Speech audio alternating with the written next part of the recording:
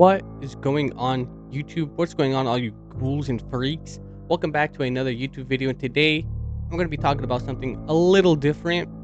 I'm going to start talking about the Blackburn cult. And I've always been fascinated with cults and these religious practices and such, if you will. I've been super interested in that, so I decided to make a video of my own, and hopefully you guys enjoy, because I enjoy talking about this stuff. Today, I even got my special hat today. It says, I love my cult on it. It's kind of hard to see because it's backwards, but if you want the hat, link in the description by Wizard of Barge. Little shop I know. Don't own it. I don't work there. But if you guys do enjoy the video, hope you guys like and subscribe and comment down if you would like me to do more stuff like this. Because I would like to do more stuff like this. And maybe on different topics. Hopefully on different topics. But anyways, let's get into the video with the Blackburn cult. The Blackburn cult, or officially known as the Defiant Order of the Royal Arms of the Great 11 or the Great 11 Club, was a religious group started by an American woman named May Otis Blackburn on Bunker Hill in downtown LA. She also had a daughter named Ruth Whelan, who was born in 1898, and in the 1920s, specifically in 1922, Otis and her daughter started to reveal that they were witnesses to the Book of Revelations and started getting followers. Then in 1925, Ruth and May reported that they had been visited by Archangel Gabriel, telling them that he would help them write books about the mysteries of heaven and earth and life and death, which the book became known as the Great Sixth Seal. So already off to a interesting start. We have May and her daughter Ruth. Apparently they were failed actors before this, and so they decided to test out their preachings. And before having this dream, if you will, they're just preaching, and they already had a small group of followers, I do believe, in which they would just preach and stuff like that. But yeah, getting this book, having the Archangel Gabriel come down and tell you about writing a book is kind of odd. And also, if you don't know about the book Revelations, I believe it is the book of end times in the Bible. I never personally read the Bible like that. I don't know a lot about the Bible at all. But anyways, let's continue with, in 1924, Ruth married a man named Sam Rizzio. After the marriage, Sam decided to move into the cult's headquarters, which is now known as Koreatown's Mandang Mall. After the cult has become too intense for Sam, he begged Ruth to leave with him, which resulted in them arguing and Sam supposedly hitting Ruth so hard that she drew blood, resulting in the cult followers making a wall around her, protecting their queen. Sam also had a brother named Frank Rizzio, who was suspicious of the whole ordeal, so just like a spy movie, he went undercover, getting May to hire him as a chauffeur, and after a few days, he discovered his brother's clothes in a suitcase. And when he confronted Ruth about it, she said that Sam would be back soon. Unfortunately, Frank couldn't go to the police due to some past circumstances of him being in juvie for altering checks. And also his father was on the run for a triple homicide in Chicago at the time. So he didn't really have a chance to go to the police because he didn't want to get arrested for any of that as well.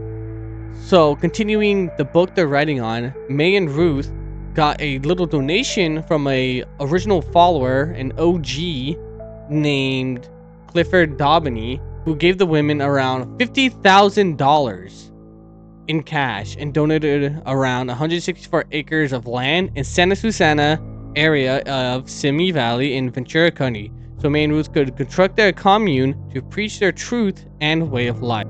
You could see how this cult already had big attraction in it, especially during LA, one of the bigger cities to be populated around that time. I found that kind of crazy. And you know, everyone kind of says like, oh, I wouldn't be in a part of a cult, I wouldn't fall for that.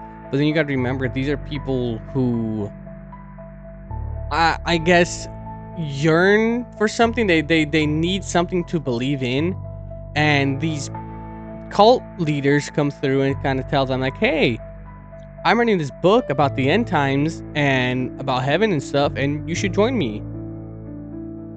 And I mean, it had to be convincing. It had to be somewhat convincing. I don't know if I would join. I would probably join. I would probably fall for it. I'm pretty gullible, but it is what it is. Afterwards, May also married a younger man named Ward Sitton Blackburn, in which May told her followers to build cabins on the land in Simi Valley. The first thing constructed on the property, accordingly, was a temple featuring an elaborate gilded throne that was reserved for Christ himself.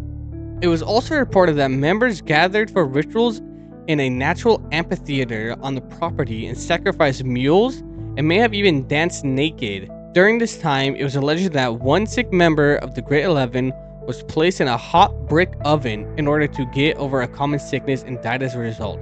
4 other cult members were also reported to have mysteriously disappeared, just like Sam Rizio, which is quite interesting, in my opinion. Putting a sick person into some sort of like pizza oven, brazen bull type style, and then being like, yeah, if I put you in an oven, you'll be all fine. You'll be okay. You'll live. Eat you like a cookie and you'll be fine. Anyways, moving on. On New Year's Day of 1925, a 16-year-old cult member named Willa Rhodes died from a severe infection as a result of a toothache. May assured her grieving parents, who were also in the Great 11, that the girl would be resurrected to life after 1,260 days had passed and the book was published. All they had to do was preserve her body for the event.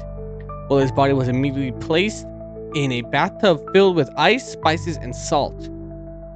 14 months later, when the girl's parents moved back to Los Angeles and into a home in Venice, they brought Willa's preserved body with them and placed it in a metal coffin and buried it under the floor. And right next to that coffin was another coffin with 7 dead puppies in it, or 7 sacrificed puppies in it, said to represent the 7 tones of angels' trumpets. By 1929, Daubeny and other Blackburn followers lost patience of the completion of the Blackburn's book and her promised apocalyptic events. They filed charges of fraud and grand theft against May and Ruth for as much as $200,000, which would be approximately $3 million today.